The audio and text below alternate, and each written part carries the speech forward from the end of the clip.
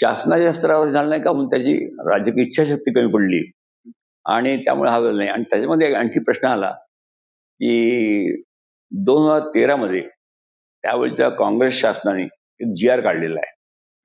त्यांनी असं जी-आर काढला, तो कसा काढला माहित नाही. कोणी त्यांना गाईड केलं, मिसगाईड केलं माहित नाही. परंतु तो जी-आर असा आहे की नाला जमिनीपासून 3 मीटरच्या खाली खोदायचा नाही. त्यामुळे काय झालं, बंधारे केले. शिरपूर पॅटर्नची नक्कल करायचा खूप लोकांनी प्रयत्न केला. 3 मीटर खोदलं, पण गंमत अशी झाली की 3 मीटर मध्ये 1 मीटर आमचा बंधारा खाली असतो, जमिनीच्या खाली. तांत्रिक आवश्यक आहे ते. 1 मीटरची वाफ होते आमच्याकडे पाण्याची आणि 1 मीटर पाणी शिल्लक राहतं. नाला रुंद करत नाही आणि नाला लांबीला खोदकाम करतात फक्त 100 मीटर पर्यंत. आपण नाल्याची रुंदी 10 मीटर धरू ॲव्हरेज. आता पाणी थांबतं किती? 10 मीटर गुणिले 1 मीटर गुणिले 100 मीटर, म्हणजे जवळपास 1000 घनमीटर पाणी थांबतं. आणि त्यामुळे आम्ही 1 TCM म्हणतो, 1000 क्युबिक मीटर, म्हणजे 1 TCM.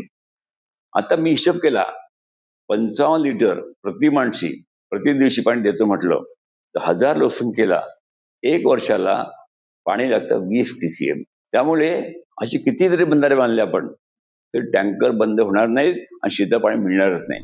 त्यामुळे हा विषय नीट अजून लोकांच्या लक्षात नाही आला. शासनाने जास्त लक्ष दिलं नाही, नाहीतर याचा प्रसार झाला असता.